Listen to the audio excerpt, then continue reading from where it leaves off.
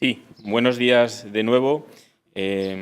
Llegamos a la tercera ponencia de esta mañana del curso de verano del Tratado de Roma, el Tratado de Maastricht y los avances pendientes del proceso de integración europea dentro del primer bloque Historia y Derecho de la Unión Europea. Y en esta ocasión está con nosotros Araceli Mangas Martín, que es catedrática Jean Monnet en Estudios Europeos y cátedra Jean Monnet de Derecho Europeo. Es catedrática de Derecho Constitucional Público y Internacional.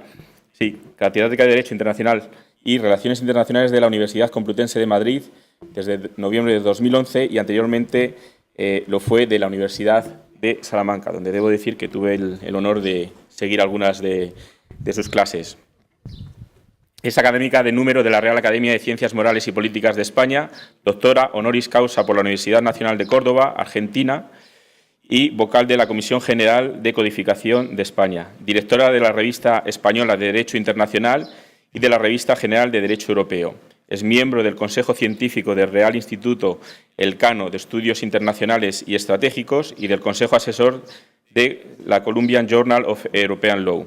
Es autora de varios libros y de artículos en revistas especializadas de Derecho Internacional y de Derecho Comunitario y en libros colectivos. Y debo añadir que una de las personas de referencia en temas de derecho europeo, a la que, bueno, pues una vez más le damos la bienvenida porque tenemos la suerte de que ha estado varias veces con nosotros en Juste, en momentos quizás un poco más cálidos, pero sin duda el tema nos permitirá entrar en calor. Araceli, muchas gracias por haber aceptado nuestra invitación y la audiencia es todo tuya.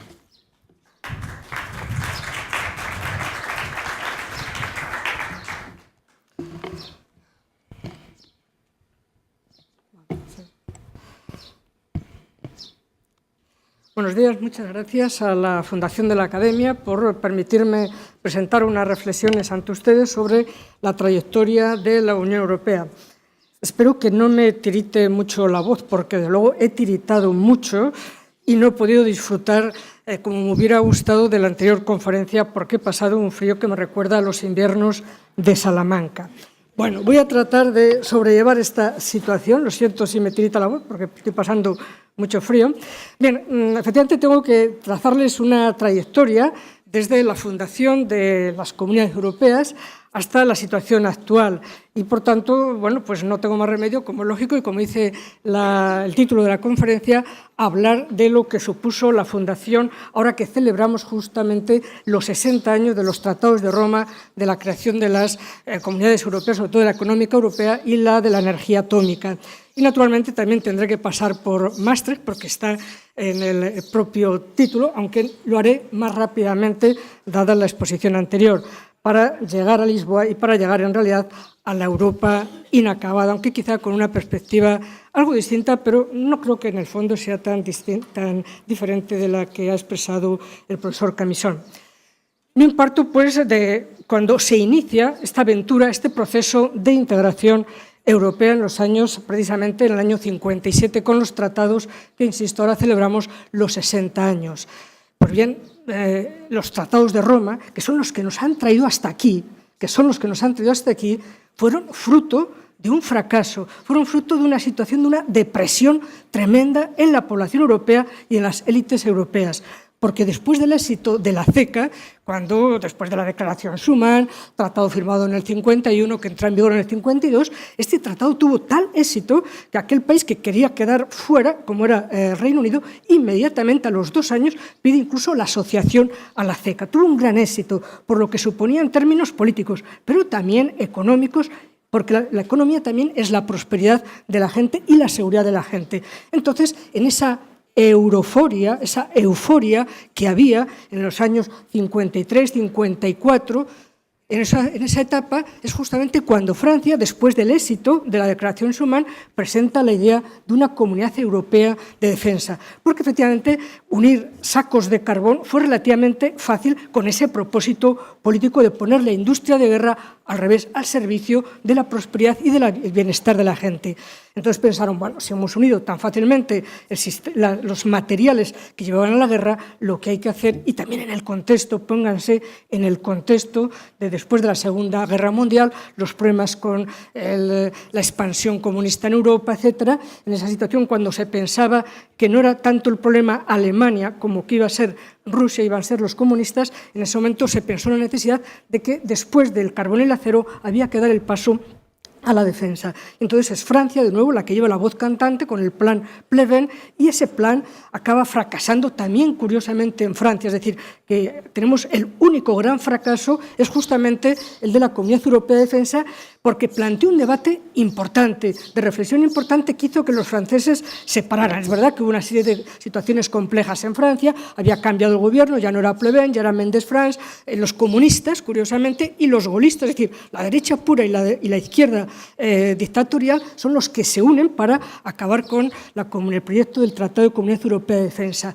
Pero en el fondo había una reflexión importante, y era que no es lo mismo unir sacos de carbón que unir soldados, que unir ejércitos. Que un ejército en una democracia tiene que ser dirigido por un gobierno democrático salido de las urnas, un gobierno europeo salido de las urnas, con un parlamento que controle a ese gobierno. ¿Y dónde estaba ese parlamento europeo que pudiera controlar al ejército europeo, y qué gobierno era el que iba a determinar a qué política exterior sirve un ejército? Porque un ejército sirve a la política exterior, a la independencia, a la integridad territorial.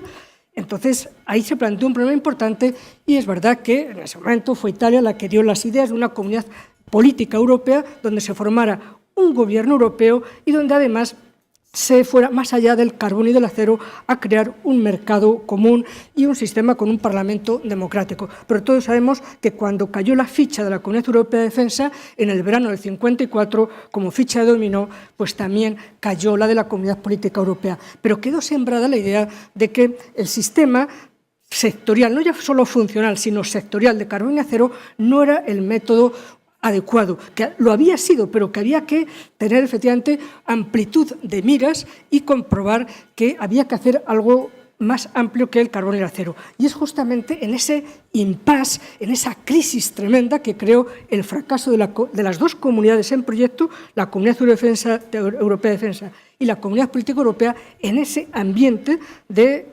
pesimismo, de decepción europea, es cuando los europeos siempre, ante una situación de crisis, cuando se toca a fondo, reflexionamos. Somos unos pueblos que hemos demostrado que tenemos una visión de futuro y de que cuando ocurre algo fuerte, bueno, pues hay que pensar qué ha pasado, por qué hemos llegado hasta ahí y qué ha fallado. Y lo que se empieza a pensar es que efectivamente la clave era plantear una comunidad económica mucho más amplia que la del carbón y del acero. E inmediatamente, en el 55, es decir, al año del tremendo fracaso y de la tremenda decepción, el estado de shock que quedó Europa libre, entonces se piensa en que hay que hacer un comité, el comité SPAC, y pedirle a un gran político belga, también a otra serie de políticos como Beyen, etcétera, el que hagan un proyecto a partir de la antigua Comunidad Política Europea y que, por tanto, se vaya mucho más allá de lo que fue la CECA, es decir, plantear en el conjunto de la economía y la sociedad la integración europea. Que dado que la idea de Schuman de primero la solidaridad, de hecho, por la vía de lo que más había enfrentado a Francia, Alemania y Europa, bueno, pero había que pensar ahora en el conjunto de la sociedad, en el conjunto de la economía, y en ese ámbito trabaja el comité SPAC en el año 55, 56 y 57, y es la relance, el relanzamiento de Europa, el salir de esa situación en la que se ha tocado fondo con un proyecto muy ambicioso como era el de la Comunidad Económica Europea. Además, este proyecto tenía, y así lo consiguió, el pensar en que había que aceptar la libre circulación de mercancías a todas las mercancías, no solo al carbón y acero, a la libre circulación también de los trabajadores, de los capitales y de los servicios. En definitiva, por tanto, al conjunto de la economía, y pensando, por tanto, en los fundamentos básicos. De allí venimos todavía, y de hecho los fundamentos de la Unión son los que pensaron en ese comité SPAC, que antes en realidad había estado en el Tratado de la fracasada Comunidad Política Europea. La idea, por tanto, de un mercado común, en el que todos los factores, todos los productos, todas las personas implicadas gozaran de un espacio de libertad y un espacio en el que por tanto, no hubiera mecanismos proteccionistas como pueden ser los aranceles o los cupos o el frenar a las personas que vayan a encontrar trabajo, que trabajen en cualquiera de los estados entonces que iban a ser miembros de las comunidades europeas, de los 6 estados fundadores. Y también se piensa en ese mercado común, que la base, entre otras cosas, de esa libre circulación de mercancías es la Unión Aduanera. La Unión Aduanera no se hace en el Tratado de Maastricht, sino que se hace en el Tratado de 1957. Desde hace 60 años tenemos un sistema de unión aduanera y, por tanto, de eliminación de los aranceles y solo poner un arancel exterior para los productos de terceros países para que luego después, una vez que lo han pagado, se aprovechen también de la libre circulación hoy entre los 28 estados. Por tanto, sienta las bases, los fundamentos, los cimientos, los sienta el Tratado de Roma, los Tratados de Roma. No es Maastricht ni es Lisboa. Y por eso cuando a veces veo a políticos y a gente que habla de refundar Europa, bueno, si lo decimos con un valor convenido, de relanzar, de repensar, de reacomodar a la situación que tenemos, me parece muy bien. Pero cuando dicen refundar, quiere decir que los cimientos, es decir, que quieren acabar con la libre circulación de personas. En todos los eurobarómetros constantemente es lo que más valora la gente, el tener la libertad de poder ir a vivir, a trabajar, a residir, a hacer lo que uno quiera como banquero o como bancario, como trabajador, como soldador o como abogado o como médico. Tener un mercado libre, es decir, es el sueño de los seres humanos el de libremente por todo el planeta. Bueno, no es posible por todo el planeta, pero al menos entre 28 estados sí que lo hemos conseguido. Y esto está en los tratados de Roma, la libre circulación de las personas, de los trabajadores.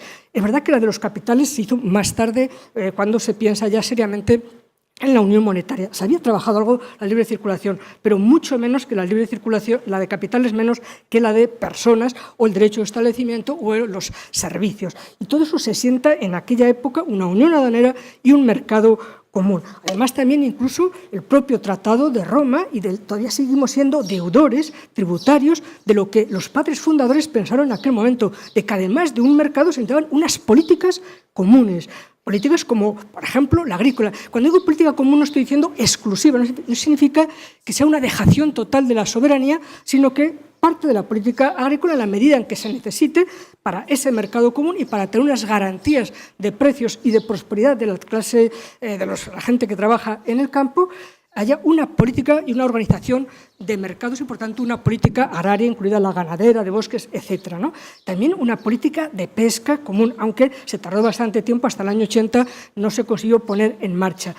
Política de transportes, incluso unas políticas de acompañamiento como la social, la fiscal, etcétera. Es decir, afectaba al conjunto de las políticas en las que no en todas se cedía la misma soberanía, pero en las que había cesiones relativamente importantes. Por ejemplo, la política comercial, que es un complemento de la unión aduanera. Si tenemos un sistema en el que hemos abatido y eliminado aranceles y cupos y los productos que vienen de terceros países van a entrar en libre práctica una vez pagado el arancel por cualquiera de los puertos exteriores o aeropuertos o zonas fronterizas, quiere decir también que habrá que tener entonces una política comercial con terceros y que esa debe ser exclusiva de la Unión. Nace desde entonces, desde Roma, y miren que ahora, por ejemplo, debatimos mucho en relación con el CETA y otros acuerdos, la política comercial común como política exclusiva de la Unión, aparece ya esa cesión de soberanía en los tratados de 1957, en lo relativo a mercancías, no en lo relativo naturalmente a servicios. Luego después Lisboa ha añadido inversiones, ¿no? Inversiones directas. Bien, entonces, los fundamentos se dejaron sentados, por tanto, en los tratados de Roma del 57.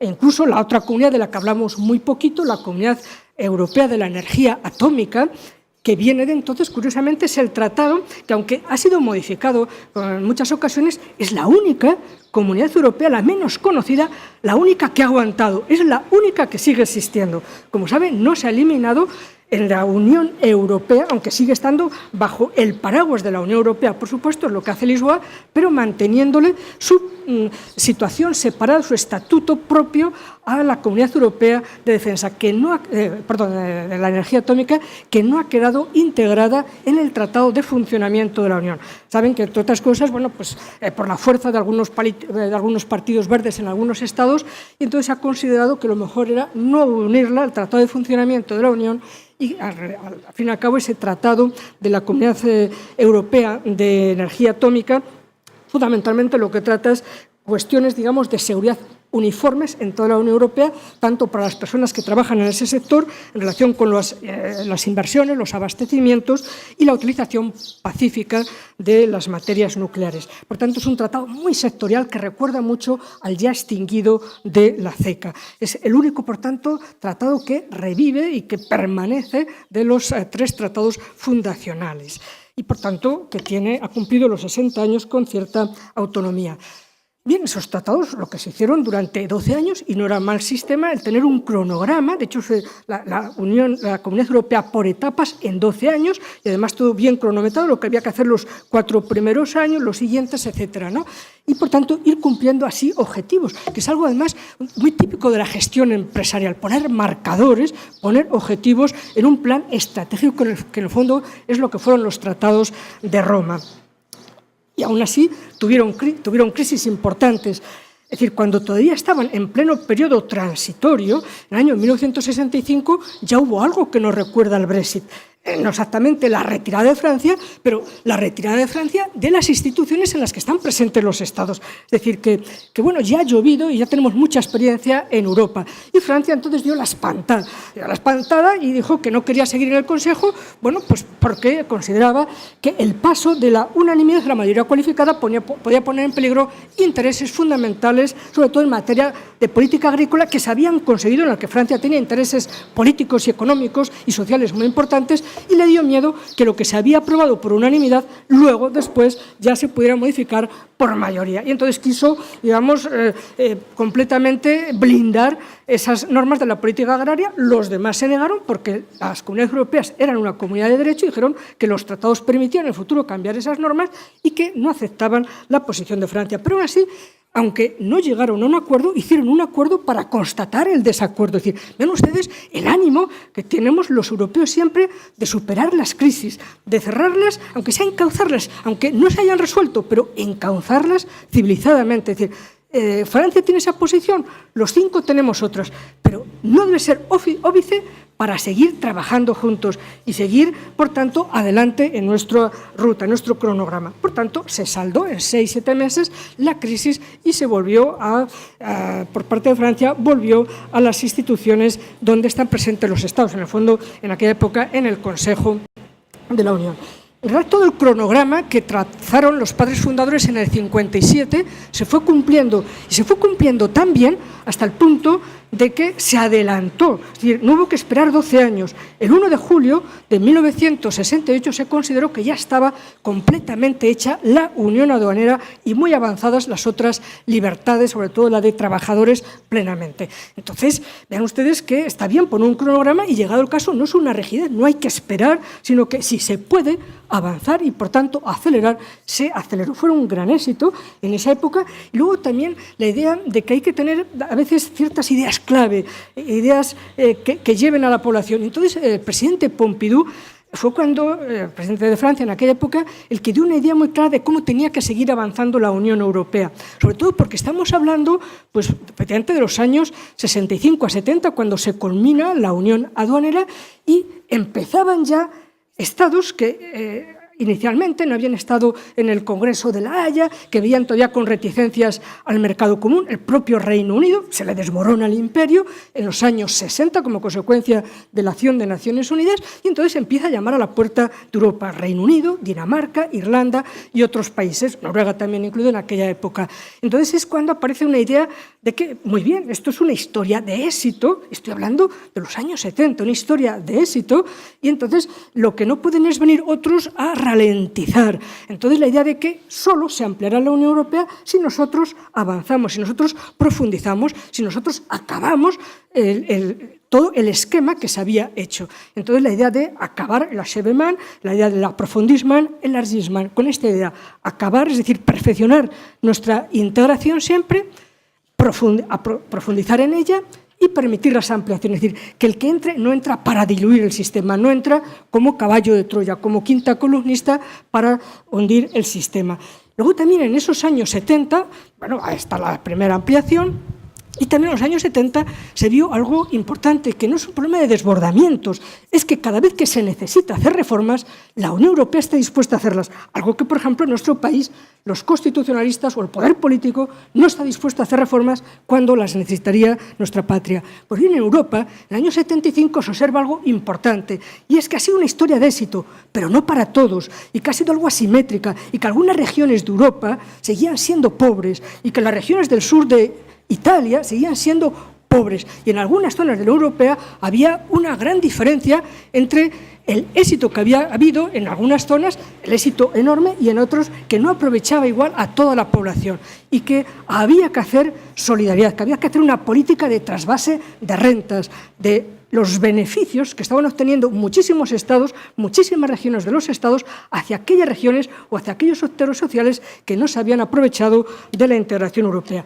Y entonces, no es desbordamiento, los tratados no lo habían previsto, entonces se pensó que eso sí, gracias al sistema funcional, a las funciones, a los objetivos que establecen los tratados, se encontró el engarce constitucional y convencional en los tratados, porque los tratados decían que uno de los objetivos de las comunidades europeas, de la Unión Europea, era justamente el alcanzar la prosperidad para el conjunto de la población, que todos tenían que prosperar, no unos pocos, sino el conjunto, conseguir el mayor bienestar posible para la población. No todos lo estaban consiguiendo, y entonces ahí se basó los reglamentos del año 75 que crearon el Fondo Europeo de Desarrollo Regional, el FEDER que tanto conocemos los españoles, el Fondo Social Europeo, es decir, que había que ayudar a gente a reformarse, a reconvertirse y poder aprovechar de los beneficios de la integración. Y empieza a partir del 75 una política que no estaba enunciada expresamente en los tratados, pero sí la función, el objetivo, el reto, los desafíos que tenía que conseguir las comunidades europeas. Y sin necesidad de reforma de los tratados, se inicia la política de solidaridad. En esa época le suena también, el 72, la cumbre de Estocolmo, cuando empieza a tener sensibilidad los europeos y el conjunto del mundo por el tema medioambiental. Tampoco había una base en los tratados para una política medioambiental, pero también se hablaba de un desarrollo sostenible, equilibrado, se utilizaba la palabra entonces, equilibrado. Es lo que hoy llamamos desarrollo sostenible, ¿entienden? Es decir, que no es un desbordamiento, sino que lo que se trataba es de ir alcanzando los objetivos, las funciones establecidas en los tratados, que eso es muy típico de las organizaciones internacionales, el conseguir objetivos, a diferencia de lo que ocurre en otros sistemas, sobre todo nacionales. Y eso permite, efectivamente, un desarrollo de las competencias. Igualmente, sin necesidad de reforma de los tratados, también sobre esa base empieza en los años 70 la política de protección medioambiental y la de consumidores, cuando también se observó que un mercado unificado, los fabricantes tenían una situación de prepotencia y que había que proteger a los consumidores de ese mercado unificado. Tampoco había una base exacta, precisa, pero de nuevo la interpretación teleológica, finalista, de las funciones que tiene que desarrollar la Unión Europea dio base para la política de consumo, en fin, de protección de los consumidores. En definitiva, es una etapa, por tanto, de grandes desarrollos. También en esa etapa, quiero decirles que también hubo reformas de los tratados. No es la primera, la de Maastricht, después de Roma. Hubo aproximadamente media docena de tratados en aquella época en materia financiera, cuando se dieron cuenta también de que había que financiar, que teníamos unos ingresos comunes, por tanto, la Unión tenía que tener, las comunidades europeas tenían que tener, por tanto, una hacienda propia, porque esos ingresos de los aranceles y también de la fiscalidad, porque había también una mínima fiscalidad en la época, entonces esos ingresos tenían a su vez que redistribuirse en la Unión Europea y por tanto tener una política de ingresos y una política de gastos, que había que tener un presupuesto propio y no pagar simplemente como uno paga las cuotas de un club. Y por tanto una idea más de nuevo de una federación, de un presupuesto europeo. Y nace también en esa época, primero en los 70, 71, 75, tres grandes tratados que sentaron las bases en el 75 de unos recursos propios, de que la Unión se financia mediante recursos propios y tiene su propia política de gastos. En grandes reformas, se ha hablado también, los tratados contenían, los poderes fundadores, los tratados de Roma, contenían ya que un día ese Parlamento Europeo tendría que ser un Parlamento elegido por sufragio universal. No es un desarrollo posterior, no es un desbordamiento. Estaba ya en el ADN de la integración europea que este iba a ser una integración democrática, porque estaba la idea precisamente de cuando fracasó la Comunidad Europea de Defensa que teníamos que tener un Parlamento democrático que controlara a una comisión que naciera del Parlamento Europeo y que tuviera el control desde el Parlamento Europeo. Esa idea es también muy clara y, por tanto, se consigue en el año 76. Es verdad que si se retrasó algo fue justamente debido a la primera ampliación, porque los británicos entraron como caballo de Troya para frenar el sistema. Pero, en fin, el acuerdo era que no podían vetar el acta relativa a las elecciones al Parlamento Europeo, y aunque no hubo acuerdo sobre la ley electoral uniforme, que es lo que decía el tratado, lo que sigue diciendo el tratado, de nuevo pues hay que hacer una componenda que es perfectamente legal. Bueno, vamos a sentar en lo que estamos de acuerdo de ley electoral uniforme, es decir, algunos aspectos, y el resto, pues que cada uno legisle como crea adecuado a su idiosincrasia electoral. Y se salió adelante. Y efectivamente, el acta del 76 es un tratado que reforma los tratados iniciales, pero que estaba ya previsto como decisión que había que tomar en algún momento. Es decir, ya estaba tomada y había que ejecutarla. Eso se hace en el año 76. Se hizo también la unificación previamente de las instituciones europeas, ¿no? Que antes había pues 3 consejos, 3 comisiones, 3 parlamentos, etcétera. Es decir, que hubo tratados entre Roma y Maastricht, hubo tratados importantes, porque se trata en función de las necesidades y en función incluso de acuerdos previos, el ir haciendo etapas, haciendo nuevas reformas.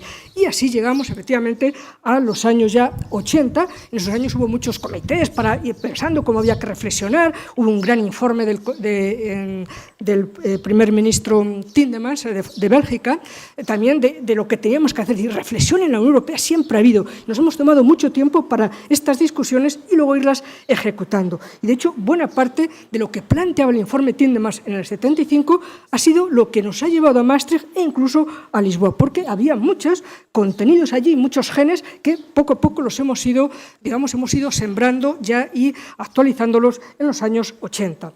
Bien, saben perfectamente, luego la acogida a los estados del sur en la medida en que se iban liberando, no todos, cada uno murió en la cama, pero en la medida en que los pueblos europeos se iban liberando de los dictadores, los pueblos del sur, bueno, pues se acogieron a Grecia, luego a Portugal y a España. Entonces entramos en un momento importante, efectivamente, en el año 85, cuando la Unión Europea tenía además un gran líder, que no ha habido desde entonces un líder como él, como era Jacques Delors. Y Jacques Delors tenía efectivamente un gran proyecto y hablaba de los medios para las ambiciones de los europeos. Y lanza así en los años 80 la idea de que hay que seguir progresando, porque esa es la filosofía desde la integración, el principio de progresividad, el principio de ir alcanzando en función de lo que cada generación. También la idea de los propios padres fundadores es que no hay que dejar esto cerrado y hecho. Esto de lo atado y bien atado es inadmisible. Esto nunca tiene que estar cerrado.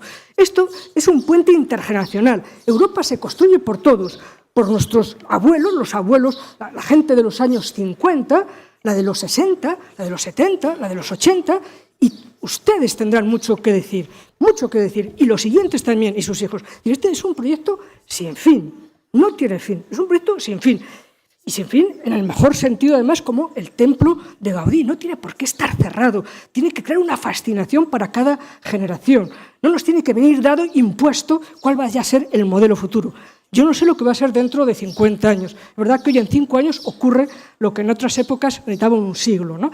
Pero va a ser siempre un proyecto abierto a generaciones. Y eso es lo que se pensó por parte de Delors, que a su generación le tocaba profundizar.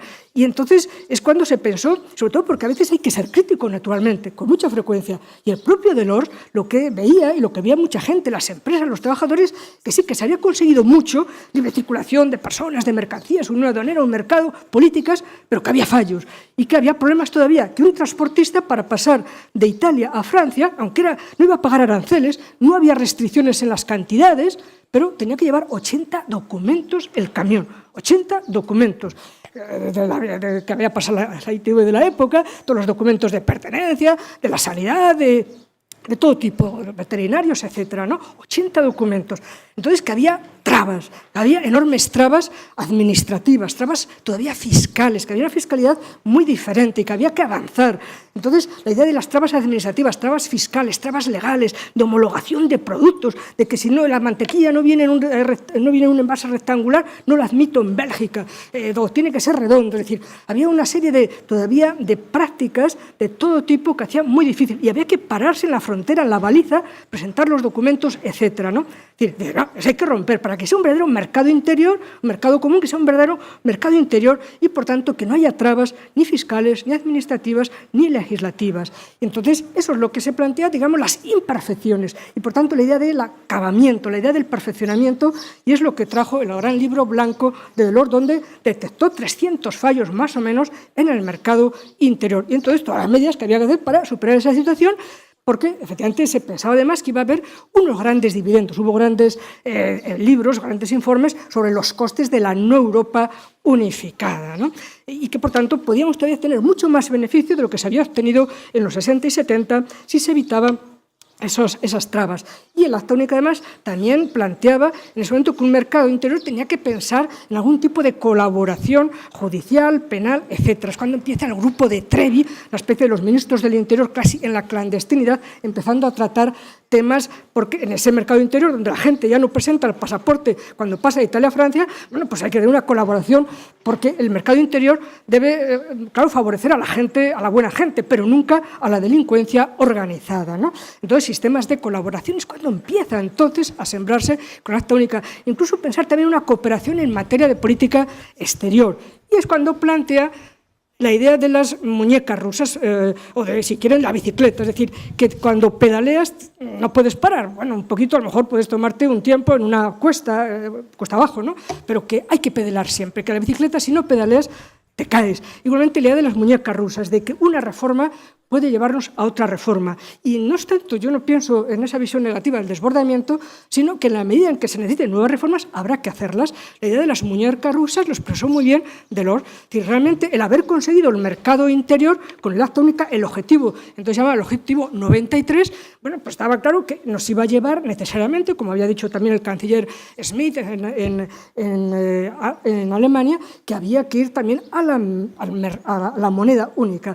Y que eso era imparable, como le había ocurrido a Alemania en el siglo XIX. Unión aduanera primero, moneda ya y parlamento propiamente, y la unificación alemana. Esa idea del Zollverein alemán estuvo siempre presente en los padres fundadores y también en los padres fundadores que renovaron la Unión Europea en los años 80 y 90. Y el Acta Única nos lleva efectivamente a prepararnos, empieza el sistema monetario, la serpiente monetario, para prepararnos para esa unión económica y monetaria. Por tanto, cada tratado siembra y, por tanto, permite avanzar y, en función de lo que se necesite, llevar a una nueva reforma. Y entonces decía el Acta Única del 87 que en el 92 nos reuniríamos para hacer nuevas reformas, para seguir avanzando la teoría de la bicicleta.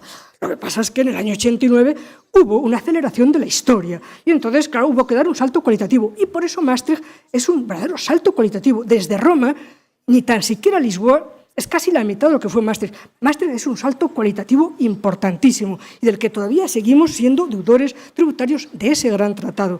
Y en Maastricht, no voy a entrar en muchos detalles porque se han tratado previamente, pero ese tratado, que además fue fruto de 2 conferencias intergubernamentales, es decir, de 2 grupos que pensaron separadamente los temas de la Unión Económica y Monetaria y los temas de la Unión Política, porque Alemania exigió, claro, que si había moneda, tenía que todavía ser mucho más democrática la Unión, tenía que haber competencias mayores de control en la Unión Europea y también ciertas políticas que tenían que pasar en mayor medida a la Unión Europea. Y exige la idea de una unión política y además era una buena fórmula porque se trataba de conducir a Alemania hacia una Alemania europea y no lo que había pasado anteriormente de la Europa alemana. Me refiero a la Segunda Guerra Mundial. Y por tanto fue Alemania la que consideró que era una buena forma de ponerse al servicio de su momento de gran liderazgo del entonces gran canciller que acaba de fallecer, Helmut Kohl. Es verdad que en esa época, estamos hablando de los años 86, 87, 90, 92, estamos en esos 6-7 años, hubo grandes líderes en Europa, incluso alguno no europeísta, pero grandes líderes, la señora Thatcher, es decir, había una dialéctica, y estaba el canciller Kohl, estaba Mitterrand, estaba Felipe González, estaba en Bélgica, es decir, había grandes líderes en la Unión Europea y no con una idea intergubernamental como nos ha ocurrido durante la crisis, un liderazgo demasiado intergubernamental, sino una idea con propósitos general, es decir, propósitos comunes. Y sin duda influyó muchísimo el señor Delors, que era muy respetado. De hecho, a veces el señor Delors, en algunas ocasiones, delante del Consejo Europeo, alguna vez se marchaba porque no le admitían sus razonamientos. Y salían estos grandes líderes detrás de él para que volvieran. que otro presidente de la Comisión le hubieran hecho eso. Una persona con una idea de Europa muy clara y que efectivamente tenía una gran capacidad de convencimiento. Y ese tratado de Maastricht, sin duda un gran tratado. Es verdad que perdió una adjetivación, y la perdió en el Consejo Europeo de diciembre del 91. Aparecía durante toda la elaboración del tratado, porque luego las dos conferencias confluyeron y se hizo un solo tratado. Y perdió la expresión explícita en el artículo 1 de la vocación federal de la Unión. Pero no olviden que la federación aparece en la Declaración Schuman, claramente la idea de llegar un día a tener una federación europea, que no es necesariamente un Estado federal. Eso nunca lo pensaron los padres fundadores, la extinción de los Estados. No está pensado desde ese punto de vista, no necesariamente porque para ese viaje no necesitan alforjas. Para volver a hacer un Estado centralizado europeo no tiene ningún sentido el proyecto europeo. Es una combinación nueva, es algo nuevo. La humanidad no tiene que hacer lo que se ha hecho durante siglos. Podemos hacer un sistema donde, manteniendo Estados soberanos independientes, tengamos mucha soberanía compartida. Es decir, la Unión Europea es un sistema de soberanía compartida, pero no necesariamente todo. No hay que arrumbar a los ayuntamientos, a los municipios, a las provincias, a las regiones. Es decir, no hay que arrumbar a los Estados. Es perfectamente compatible el sistema de poderes en red, el sistema multinivel. Y esa es una idea que está desde los fundadores y en todos los momentos de nuestra historia y todavía hoy, ¿no? Entonces, la idea de la vocación federal se pierde. ¿Por qué? Pues porque hubo un veto. Hubo un veto del Reino Unido, dijo que no soportaba la palabra federal, que era imposible y que si iba ese término en el artículo 1, el Parlamento británico echaba abajo el Tratado de la Unión Europea. Y bueno, pues hay que pactar, es decir, a veces, bueno, pues hay que hacer un quite, ¿no? Y entonces, no olviden, es cuando se les, no voy a decir que se les engañó, porque no está bien decir eso, pero entonces es cuando, bueno, a cambio, porque una negociación es, ¿tú quieres esto? Bueno, pues vale, quitamos vocación federal, pero en el artículo 1 aparece por primera vez en la historia de Europa, por primera vez en el Tratado de Maastricht, que esta va a ser una unión cada vez más estrecha. Término que sí que aparece en la Declaración Schuman y en los preámbulos del Tratado CECA y del los tratados de Roma. Pero nunca en el articulado, los juristas sabemos distinguir entre el preámbulo y el articulado, y en el artículo 1, a cambio de que pierde la vocación federal, esta va a ser una unión que va a ir haciéndose constantemente y tenemos la obligación de cooperar para avanzar. Bueno, si ustedes leyeron la carta de Cameron, en la que pidió condiciones distintas, la única reforma que exigía del tratado era esa, que desapareciera el artículo 1 que se les había colado en Maastricht. Y saben que ahí se le dijo que no, en absoluto, que hubo concesiones, pero de derecho derivado a Cameron, es decir, cuando planteó la posibilidad de la retirada, esa parte se dijo que en ningún momento puede hacer la interpretación que quisiera, pero que unión cada vez más estrecha, eso forma ya parte, digamos, del sistema constitucional de la Unión. Por tanto, Maastricht tiene grandes ideas, aparte de la ciudadanía europea.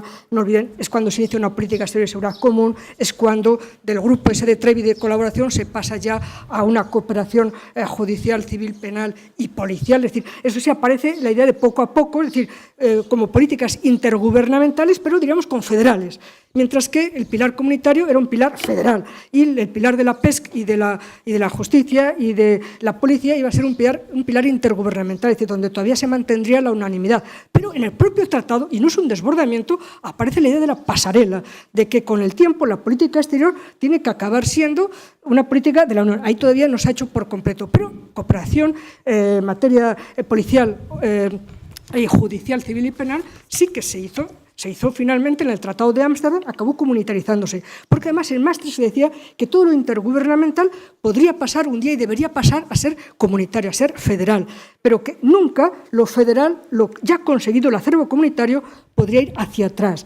Por tanto, ahí blindaba de esa manera todo lo conseguido el acervo comunitario para seguir hacia adelante. La verdad es que el Tratado de Maastricht, se han dicho ya bastantes cosas, pero es un tratado vital y ha sido un tratado, insisto, el más importante después de la fundación misma de las comunidades europeas.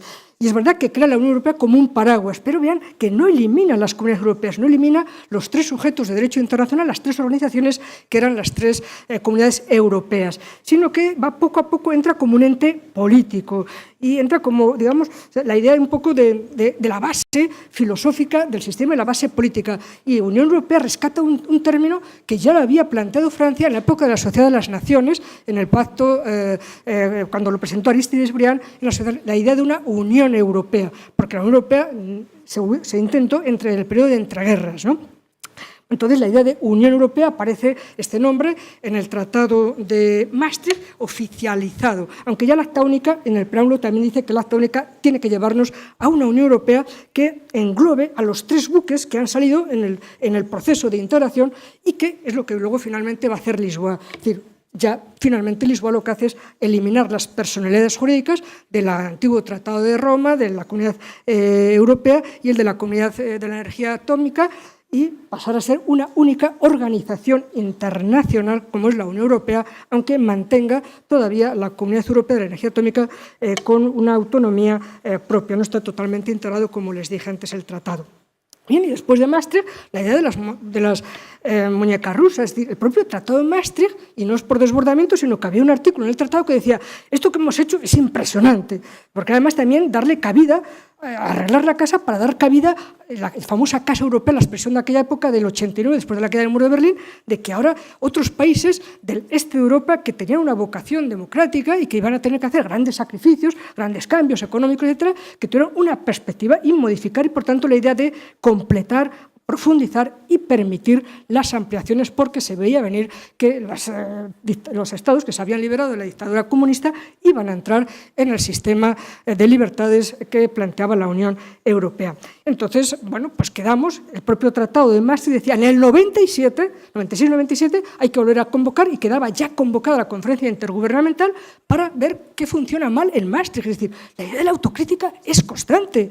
Es constante en nuestros estados, nuestros gobiernos. No solamente los profesores de universidad somos autocríticos o criticamos a la Unión Europea, sino que los propios ciudadanos, esto hay que mirarlo cada poco tiempo, no como en España, a las calendas grecas se modifica la Constitución. Bueno, a todas se las acaba echando a gorrazos, ¿no? Bueno, pues en la Unión Europea no. En el 96 hubo la conferencia intergubernamental para ver qué funcionaba bien o mal en Maastricht y qué había y qué cosas, qué flecos. No hubo acuerdos en el 92 y podría haberlos en el 97, y es Ámsterdam. Ámsterdam dice lo mismo. Bueno, como no nos hemos puesto de acuerdo por un problema con España en relación con las votaciones en el Consejo, entonces, bueno, pues habrá que reunirse antes de que llegue la primera ampliación, es decir, lo que es el Tratado de Niza. Y el Tratado de Niza es fundamentalmente para modificar, sobre todo, el sistema de votaciones, reponderar el voto de los Estados en el Consejo. Entonces, bueno, pues cada poco tiempo, sin ningún tipo de complejos, se modifica la Constitución comunitaria, que son los tratados. Lo de la Constitución no lo digo yo, lo dice el propio Tribunal de Justicia, de que los tratados son la base constitucional de la Unión Europea. No en el sentido de la constitución de un Estado, porque la Unión Europea no tiene vocación de Estado. A lo mejor las nuevas generaciones lo exigen, pero hasta ahora nunca ha supuesto la necesidad de extinguir a los estados que tenemos en la actualidad, porque son, entre otras cosas, estados importantes, y porque la identidad nacional tampoco hay que destruirla de esa manera. En realidad, lo que se alimenta con ellos a los populismos. Bien, entonces hay identidades que hay que proteger en su dimensión adecuada. Bueno, pues esa reforma se hace, Ámsterdam, Niza. Incluso con Niza se vio que no era suficiente y que había que hacer una reforma todavía más en profundidad. Incluso los propios estados, en una famosa declaración de Laeken, dijeron, miren, hagan lo que ustedes quieran, es decir, que la gente lo piense, y si ustedes han leído la declaración de Laeken, que son 3 páginas escasas, esto hay una pregunta, dice, incluso llega a plantear, oye, ¿es el momento de extinguir nuestros estados nacionales? Lo plantea. O dice, por el contrario, todavía la gente se sigue sintiendo, y no es incompatible ser alemán, ser bávaro, ser alemán y ser europeo, ¿no? Es decir, abrió todas las posibilidades, abrió todo el melón de posibilidades, Laeken. Y en esa reflexión, durante 2 años, primeramente a través de muchos coloquios, muchas reflexiones, luego el llamado debate estructurado, luego después la convención en la asamblea, en aroma casi revolucionario, como fue la segunda convención para el futuro de Europa. Lo de convención viene del aroma revolucionario francés. De hecho, ya para la primera convención, la que hizo la carta, la misma idea. Es decir, mire, ustedes son el poder constituyente, hagan la carta de derechos que quieran. Ahora hagan las bases de la futura Unión Europea como quieran. Era el futuro de la Unión Europea. Y bueno, al final, pues lo que se trajo al mundo fue el Tratado de Lisboa. Todas las cosas porque el Tratado Constitucional era muy intergubernamental y encima tenía la contradicción de la liturgia de los símbolos, ¿no? Y de hecho, en Europa eso trajo problemas importantes. En Holanda, en Francia, en muchos países, la idea de que uno tiene que dejar de ser holandés o alemán o español, eso no es propio del discurso europeo. Y por tanto, la idea de que la Unión Europea, la del Tratado Constitucional, no tenía por qué llevar a ninguna extinción. Es más, tenía muchas cláusulas propias de una organización internacional, para dejar muy claro que el Tratado Constitucional no era la constitución de un Estado, porque la Unión Europea no es un Estado. Entonces, y por eso aparece claramente el artículo relativo a la retirada, derecho que siempre hubo, desde el año 57, siempre hubo a la retirada, pero quedaba explicitado porque la Unión Europea con esa Constitución no podía ser un Estado nuevo. Es decir, por tanto, se mantiene el derecho de que en esta organización internacional, en esta asociación de Estados, en esta asociación de corte federal, de método federal, clarísimamente, pero no tiene que ser de desembocadura final en un Estado federal centralizado en Europa. Esto no era lo que querían, no era lo que queremos seguramente, y se demostró claramente con el debate constitucional. Bien, en realidad, lo que sigue sucediendo después de Lisboa es que Lisboa está solucionando bastantes problemas, teniendo grandes avances, como lo supusieron el resto de tratados, ¿no? Porque cada tratado, no he entrado en todos los detalles, pero cada tratado trajo aportaciones importantes, ¿no? Es decir, el tratado, por ejemplo, de Ámsterdam es el que trae las cooperaciones reforzadas. Es decir, ahora somos tan heterogéneos que no vamos a poder avanzar todos juntos, y tampoco se trata de llevar el paso de la oca todos iguales, sino que habrá que ver quiénes pueden ir más adelante, más rápido, y que, por tanto, que nadie le obligue a otros estados a hacer lo que no quieren, pero que no nos lo impidan hacer aquellos que queremos hacerlo. Esa idea, el famoso teorema de Genscher, de que haya una posibilidad de una integración diferenciada, a que nadie le ponga frenos a los que quieren avanzar, pero que, efectivamente, los que no pueden avanzar se le ayude por el barco más rápido. Esta idea constante de la solidaridad europea. De hecho, nosotros, en las famosas decisiones del año 98, cuando hubo que pasar ya a la Unión Monetaria, estábamos entre los primeros de la clase. Y al principio empezamos porque, entre otras cosas, Kohl dijo que quería que España estuviera sentado porque necesitaba un pobre en la mesa de la Unión. Entonces, bueno, pues crearon un pobre entre los ricos. Y nos ayudaron tanto que, como saben, lo sobrepasamos. De hecho, cumplíamos mejor los criterios de convergencia formales, los que quieran, pero el examen lo pasamos bastante mejor que otros estados, como fuera el propio caso de Alemania. Pero porque nos ayudaron, eso hay que reconocerlo, nos ayudaron muchísimo. Es decir, la inyección masiva de fondos, es decir, ha sido impresionante. Es decir, fueron como 500 planes Marshall para España, no uno, el que perdimos por la dictadura, sino, no olviden, es decir, algo impresionante lo que hemos recibido de la Unión Europea. Y bien, Lisboa no cierra los tratados, porque de hecho incluso al poco tiempo se dieron cuenta de que había un problema y que el euro necesitaba un sistema de estabilización, y entonces hubo que modificar el Tratado de la Unión, el artículo 136, por un procedimiento más simple, pero un procedimiento importante. Es el que permite la ayuda global financiera a un Estado miembro que pase por apuros, a un Estado miembro del euro. Es lo que hoy es el MEDE, efectivamente. Entonces, está la base jurídica en esa reforma, fue el artículo 136 del Tratado de Funcionamiento de la Unión Europea. Y luego también la crisis llevó a otro tratado, porque el MEDE no es un tratado propiamente de la Unión Europea, sino que es un fondo monetario, para entendernos, algo menos que un fondo monetario, pero muy parecido a un fondo monetario entre los países del euro. Y también se necesitó coordinar mucho más las economías, una mayor disciplina financiera. Es el Tratado de Estabilidad, Coordinación y Gobernanza. Después del de Lisboa tenemos, por tanto, 3 reformas que ha habido: la del artículo 136, la del MEDE, aunque solo para los del euro, y el Tratado de Estabilidad al que se opuso el Reino Unido y Chequia. Entonces, bueno, es un tratado a 26 estados, y eso sí, con la obligación de que ese tratado hay que llevarlo al sistema del Tratado de Funcionamiento, es decir, hay que integrarlo en el derecho originario común. Ahora, sin duda, nos lo pone muy fácil el Reino Unido con la marcha. Y, por tanto, después de Lisboa, además de esas 3 reformas, pues claro, incluso en el año 14, después de hacer balance de lo que había pasado en la crisis, los 5 presidentes de las instituciones más importantes de la Unión ya entonces vieron que había que hacer reformas, unas de derecho derivado. Si han leído ese informe, precisamente estamos todavía en la etapa de las reformas que se empezaron a hacer desde el año 2014 y más o menos hacia el 2020, 2022, fijaba reformas de los tratados, pero que muchas reformas se pueden hacer con modificaciones del derecho derivado. Y también, claro, no olviden que se nos acumula el trabajo, sobre todo a las instituciones y a nuestros dirigentes, y claro, cuando se habla ahora de reforma de los tratados hay que ser prudentes. Insisto, ¿por qué? Pues porque el Brexit ha cambiado el calendario. Es decir, está claro que ahora tenemos, desde el 29 de marzo, 2 años en los que tenemos que hacer 3 tratados.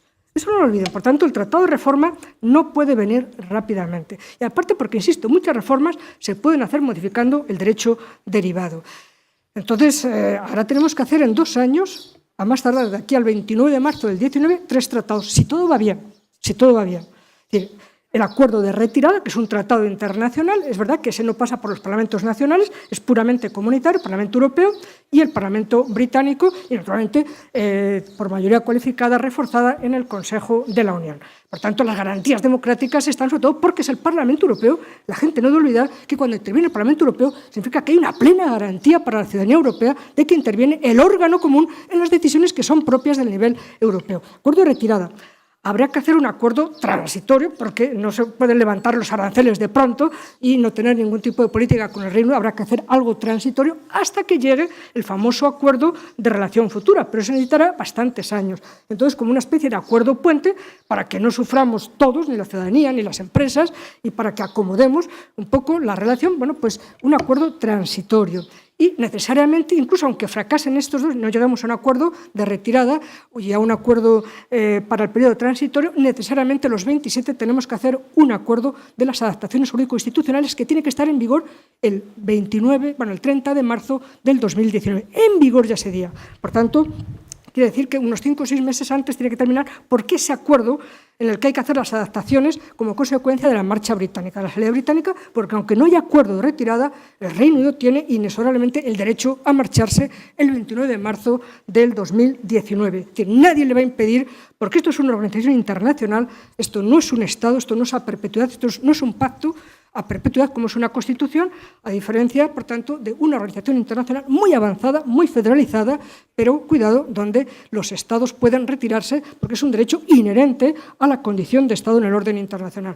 Por tanto, si no hay acuerdo, se van a marchar, salvo que haya la revocabilidad, la marcha atrás, ¿no? La revocabilidad porque sí tienen, en el previso sí que pueden revocarlo, ¿no? Aunque eso sí habrá que hacerlo con garantías, que no sea una argucia negociadora para ganar más tiempo, y son muy listos los británicos, ¿no?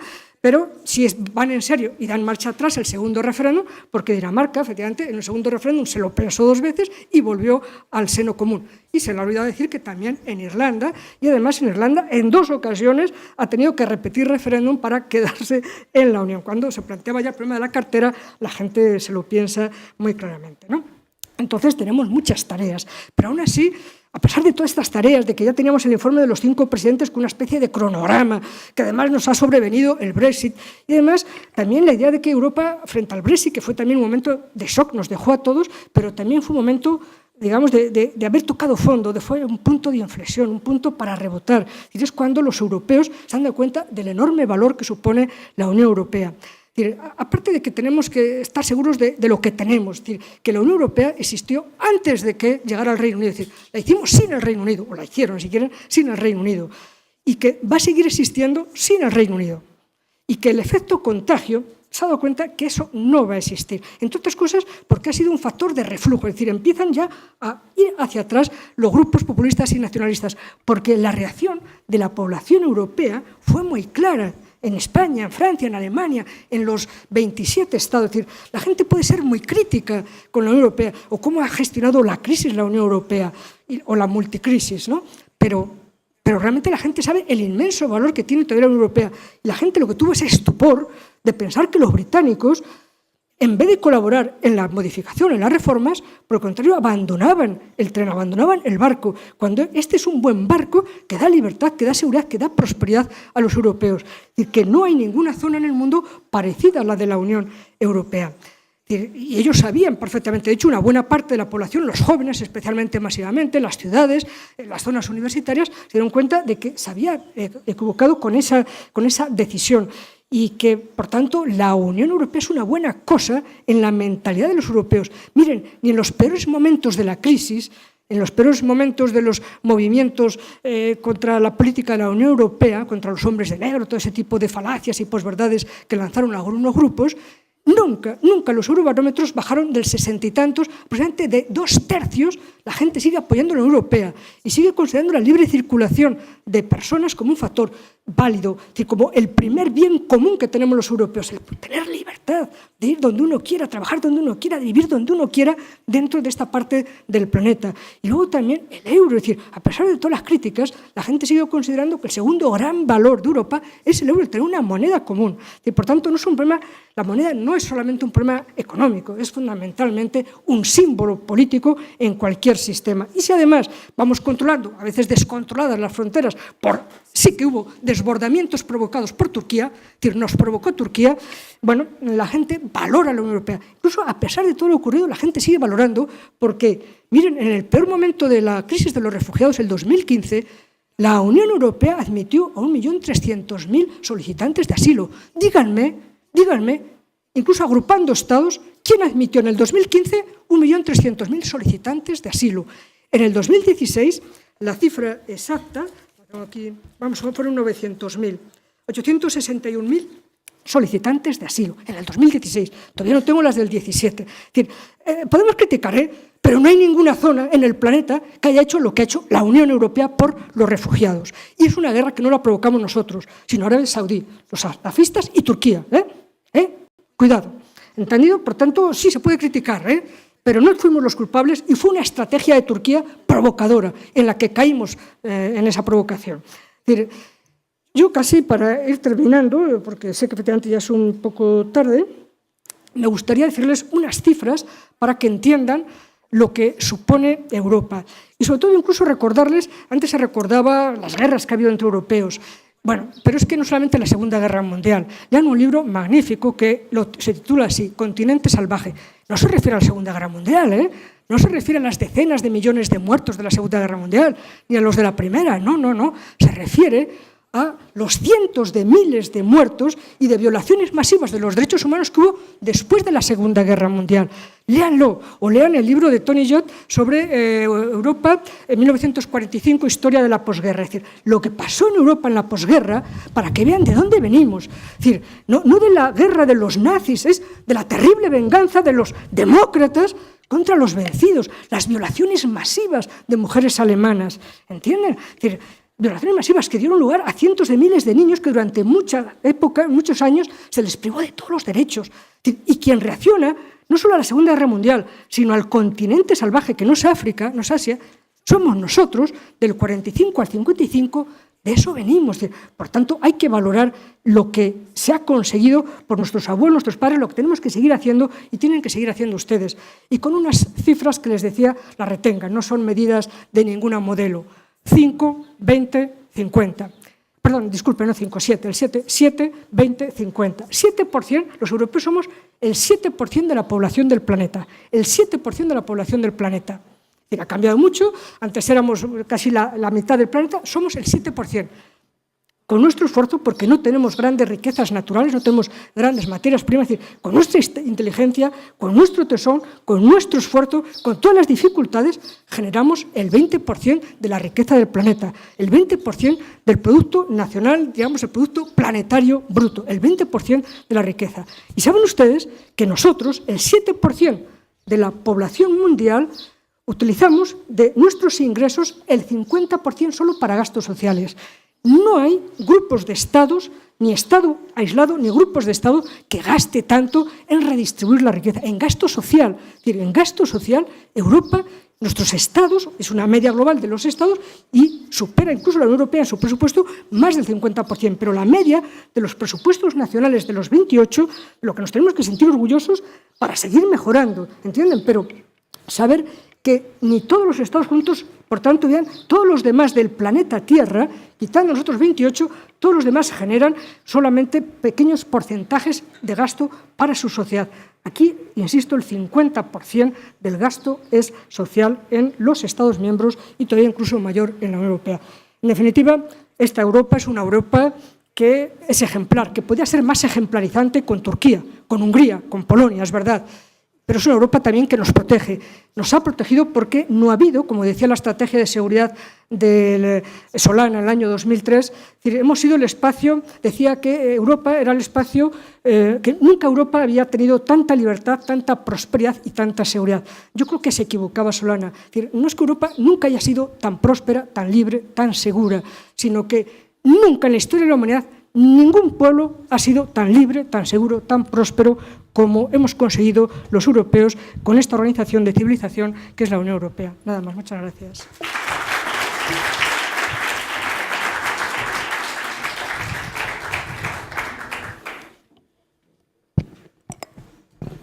Muchísimas gracias, Araceli. el recorrido histórico que ha hecho por todo el proceso de construcción europea desde aquel Tratado de Maastricht, desde la propia Declaración Schuman. Creo que, bueno, se podría decir más, pero bueno, más claro y más condensado, creo que casi imposible, ¿no? Es una lección magistral, brillante, la que hemos recibido hoy aquí. Pocas dudas podrían plantearse, pero seguro que hay alguna, ¿no? Sí que esa flexibilidad que has transmitido, aparte de todo el entusiasmo y ese proceso, digamos, siempre hacia adelante, ¿no? de la construcción europea, haciéndose a través de las crisis, esa flexibilidad sí que creo que llama la atención a la hora de poder modificar y adaptarse a las circunstancias, ¿no? Cómo los tratados se han ido modificando y cómo, por ejemplo, esas últimas reformas al Tratado de Lisboa, de las que creo que mucha gente no es consciente, ¿no? De cómo la Unión Europea no deja de avanzar y hacerse fuerte ante todos los desafíos, es algo que creo que se puede destacar de esta ponencia que has hecho, ¿no? No has hablado del Tratado de Maastricht o del Tratado de Roma solamente, sino que has hecho un recorrido sobre todo el proceso de construcción europea, incluso incluyendo análisis políticos y diferentes, digamos, situaciones a las que se ha enfrentado la Unión Europea. No podéis dejar pasar la oportunidad de preguntar a Araceli algunas dudas que os hayan surgido, ¿no? A pesar de la especificidad del derecho que iba implícito en su ponencia. Así que, bueno, os toca a vosotros levantar la mano, animaros. A ver, tenemos por allí una... Bueno, Francesc Mestre, trabajo en la oficina de Extremadura en Bruselas. Muchas gracias por la ponencia, muy interesante. Mis dudas son respecto al futuro. Verdaderamente estamos ahora en una situación, yo creo que de optimismo. Hemos tocado ya el punto más bajo de todos y parece que tenemos un camino en positivo, pero los tiempos son verdaderamente complicados porque tenemos elecciones en 2019, el Parlamento ya no estará operativo a partir de marzo, en octubre, noviembre una nueva comisión. Y aparte de estos acuerdos que has señalado, también tenemos cosas ya más prácticas como el marco financiero plurianual, que veremos cuándo se presenta, toda la nueva fondos de cohesión, PAC, todo lo que viene nuevo, que será bastante distinto con la salida del Reino Unido. Entonces, viendo esta situación así, si pudieras dar más detalles sobre el acuerdo, los posibles acuerdos de adaptación de los 27 y qué podría pasar si no llegáramos a tiempo para hacerlo todo antes de que el Parlamento Europeo se disuelva en mayo. ¿Cuándo se haría? Porque entonces ya sería 2020, 21, 22... No. Sí, de hecho lo he comentado, que tiene que cerrarse 6 meses antes, porque no solamente el Parlamento Europeo tiene que dar su aprobación, sino los parlamentos nacionales, porque el acuerdo de adaptaciones jurídico-institucionales, que para que entiendan es poner en el ordenador el busca británico, busca Reino Unido, eliminar todo lo que se refiera a Reino Unido, tiene que estar eliminado el tratado, porque por razones jurídicas obvias no puede estar ya el Reino Unido en ningún tratado a partir de la noche del 29 al 30 de marzo. Significa que tiene ya que estar en vigor. Por tanto, está claro que 6 meses antes, y de hecho ya mismo hay ahora un borrador, quiero que sepan, porque es muy sencillo. Es ahora mismo, cada vez que dice diputados británicos, el cupo de los británicos en el Consejo Económico y Social, en el Comité de las Regiones, es decir, hoy con ese sistema es relativamente fácil. Y precisamente para evitar problemas va a ser un tratado muy técnico, es decir, solo lo que se llaman adaptaciones jurídico-institucionales. Y por tanto que el Parlamento Europeo momentáneamente no va a tener 751 diputados, hay que restar los británicos e, insisto, eliminar de todos los protocolos, de todos los ámbitos donde esté el Reino Unido, los protocolos que hay Reino Unido e Irlanda, ahí desaparecer el término Reino Unido. Y técnicamente no es difícil, de hecho le puedo asegurar que más o menos está hecho un borrador, porque eso en cuanto se vea que va a haber acuerdo de retirada o que no hay acuerdo de retirada, pero que no hay vuelta atrás, es decir, que no hay revocabilidad, ese tratado yo creo que en el otoño del 18 es cuando se va a presentar, otoño 18, primeros meses, en enero, para que antes de marzo haya salido. Y rápidamente, porque los parlamentos nacionales, por sus propios reglamentos internos, necesitan varias semanas y, por tanto, tenerlo todo dispuesto para que el 29, el 30 de marzo, esté ya en vigor y, por tanto, publicado en los boletines de los estados. Ese tratado seguro si el Reino Unido se marcha. Pero no olviden que ya empiezan las dudas, ¿no? Empiezan las dudas. Y por lo tanto sí va a haber mucho trabajo. También si el Reino Unido se marcha, con acuerdo o sin acuerdo, hay que modificar la decisión sobre la disciplina financiera, es decir, el acuerdo sobre el presupuesto plurianual, ¿no? Porque hay que modificarlo. Dicho ya en el presupuesto para el próximo año, ya he visto cómo incluso ya se va adaptando para el año 18, ¿eh? Es decir, ya pensando que el Reino Unido, bueno, pues prácticamente ya en los últimos meses va a tener que pagar muy poco y adaptarlo, sobre todo porque los ingresos, es decir, hay que evitar contraer gastos ahora para no pasarle más factura al Reino Unido, porque no es que les cueste a los británicos, es que nos hemos endeudado juntos y lo que nos hemos endeudado juntos lo tenemos que pagar juntos. Si no, esa visión es que ahora les van a pasar canutas. No es cierto, no es pasarles ninguna factura de nada que no hayan contraído. Por tanto, todos los gastos contraídos en estos años y que hay que seguirlos pagando después del 19, lo tienen que pagar. Y eso se irá adaptando ya al presupuesto para no contraer más obligaciones con ellos, con nosotros, para que no tengan que seguir pagando. Es decir, otra cosa ahí es tener buena fe, pero desde luego es mala fe no querer pagar los gastos que hemos contraído con ellos. Sí, tenemos otra pregunta por aquí. Bueno, yo soy Ana, ya nos conocimos en Salamanca hace un mes escaso. Muchas gracias por su manual, ha sido mi Biblia durante este año en el máster.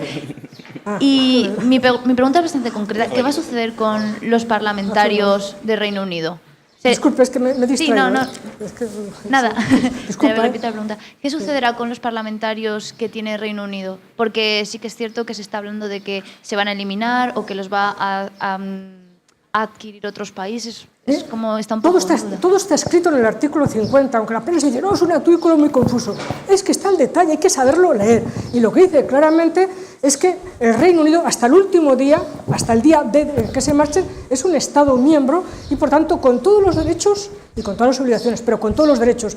Y, por tanto, el pueblo británico va a estar representado hasta el último día. Es más, es el único que no le afecta lo que dice el artículo 50, que donde esté el Estado británico como tal Estado, es decir, en el Consejo Europeo, en el Coreper y en el Consejo de Ministros, naturalmente, cada vez que se trate temas de la retirada, el Reino Unido tiene que salir, y de hecho lo saben que se hace perfectamente. Pero del Parlamento británico, y me lo consultaron a las pocas horas del Brexit, les dije claramente que los parlamentarios británicos tenían derecho a permanecer en todas sus comisiones, seguir colaborando con el resto de eurodiputados, y hasta el último día. Es más, precisamente si se le presionó a la señora May, al gobierno británico, de que tenía que entregar antes de finalizar marzo la notificación, porque indirectamente se le puso una fecha, y la fecha es que no pueden participar en las elecciones al Parlamento Europeo del 19. Es decir, porque si ya tienen puesto la salida, es decir, el cronometraje para marcharse, pues habría mala fe si resulta que en el 19 participan en las elecciones al Parlamento Europeo. Y por eso se les puso una fecha razonable, se dijo que tenía ya que entregar, que habían tenido 9 meses para pensarlo, y que el problema es que si no entregaban antes de marzo del 19, había un problema después porque los británicos tendrían que ir a las elecciones de junio del 2019. Entonces, la fecha para que, disuelto el Parlamento británico, los británicos se van a marchar, como todos los demás eurodiputados, se van a marchar en marzo del 19.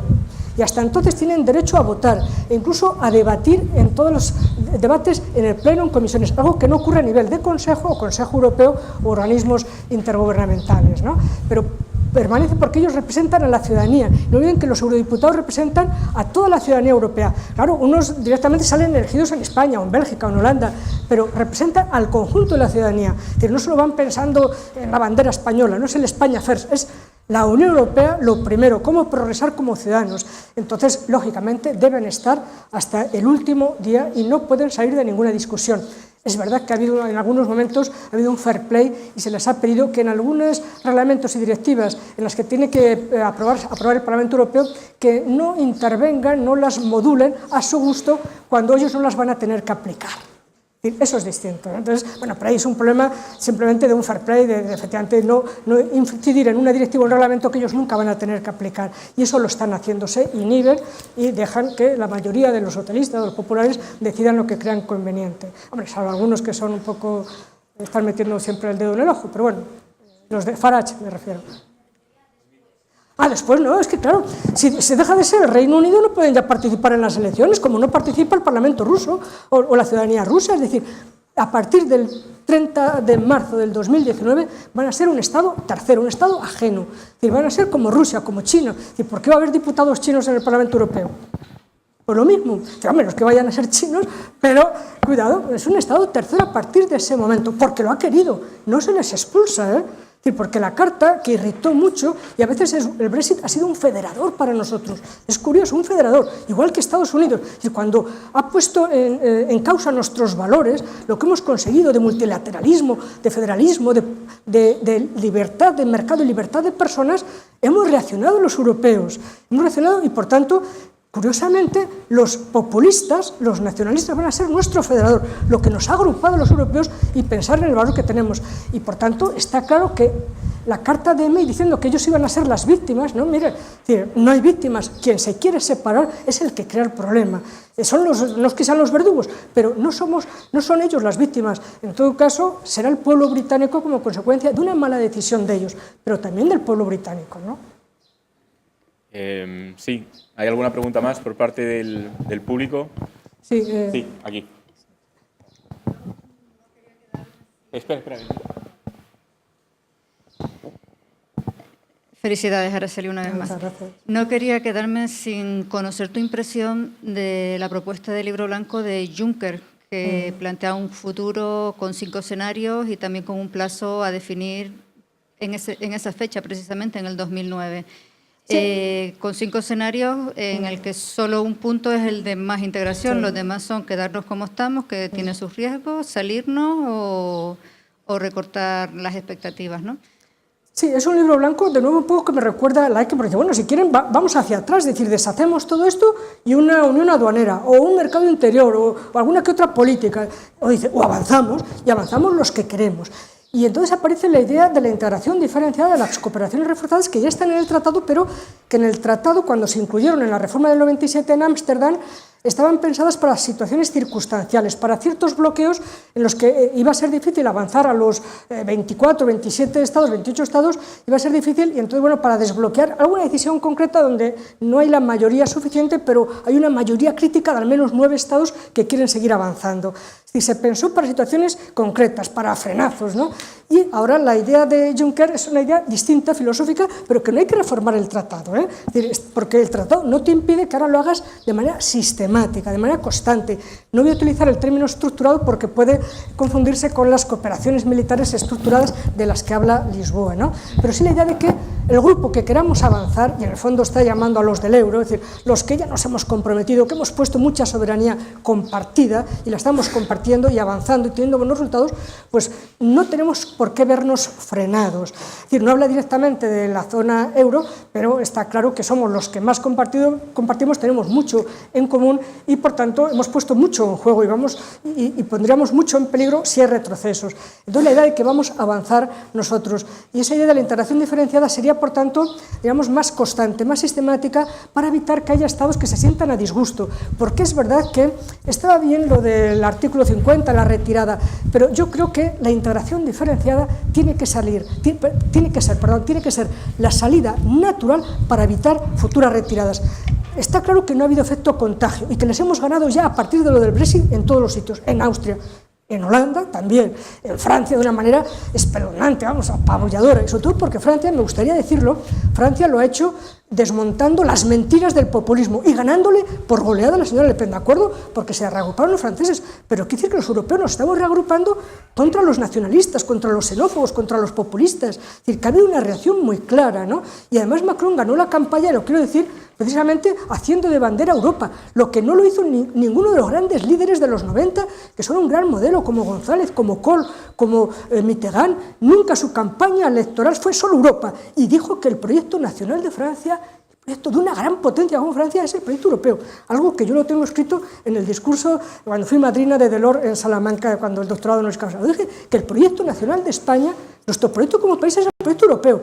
Bueno, se lo he visto a Macron en la campaña y me encantó cómo no le dejaba hablar, incluso hablaba encima de ella para que no se oyeran sus mentiras y siempre defendiendo la bandera europea. Es decir, yo creo que estamos en un buen momento para el relanzamiento de Europa y, por tanto, la idea de que hay que avanzar juntos y que tenemos un mecanismo, no hace falta reformar los tratados, no hace falta excusas.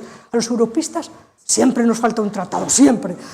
Lo de la Europa inacabada, ¿no? Pero no hay que esperar a ese tratado. Tenemos ahora mismo mecanismos en el tratado para seguir avanzando. Y de hecho les decía como el informe de los 5 presidentes diferenciaba entre lo que podemos hacer ahora y lo que necesitaremos una reforma de los tratados. Y sin duda la integración diferenciada la podemos hacer ahora los países que estamos en el euro, que estamos 19. Es verdad que los demás tienen la obligación por el Tratado de Maastricht a llegar un día al euro, pero podríamos ser indulgentes y pensar que no hay que forzar a nadie y que si los húngaros y los polacos no tienen la misma concepción de Europa que tenemos nosotros, o los eslovacos, los del grupo de Visegrado, bueno, pues dejarles que metabolicen, que todavía tampoco nosotros hemos metabolizado las indigestas ampliaciones, ¿no? Es decir, que metabolicen su democratización y que hay que compartir soberanía y que hay que mezclarse, porque buena parte del problema de refugiados no lo hemos organizado los pueblos que nos hemos mezclado, sino los pueblos del este que históricamente, culturalmente, no se han mezclado. Eso no lo olviden, no se han mezclado apenas. Entonces tienen ahora un cierto rechazo. Nosotros los españoles, como saben, ya desde hace miles de siglos, desde los fenicios, los romanos, por aquí nos hemos mezclado con todos, ¿no?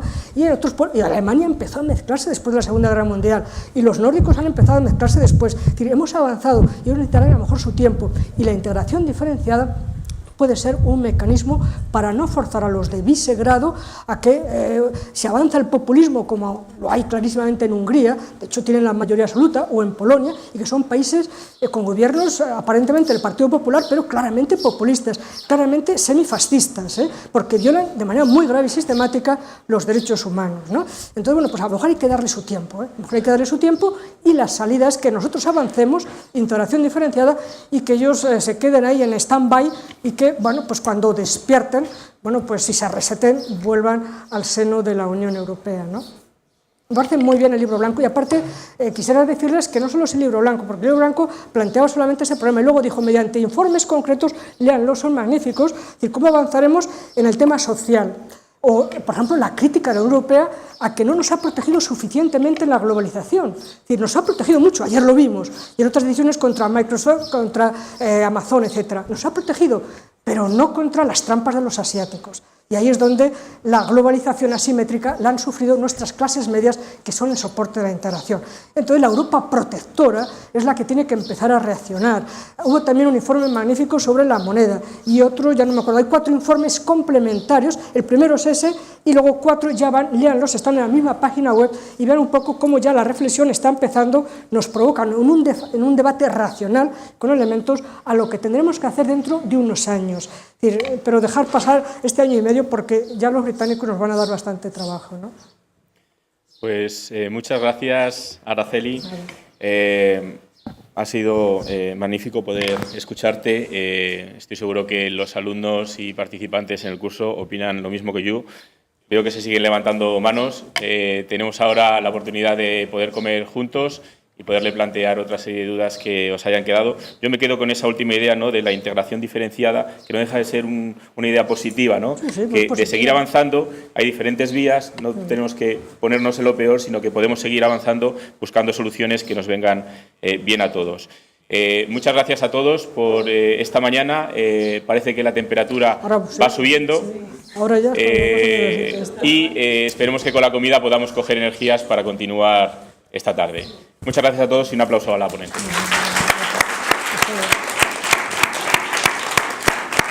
Esto hace una hora...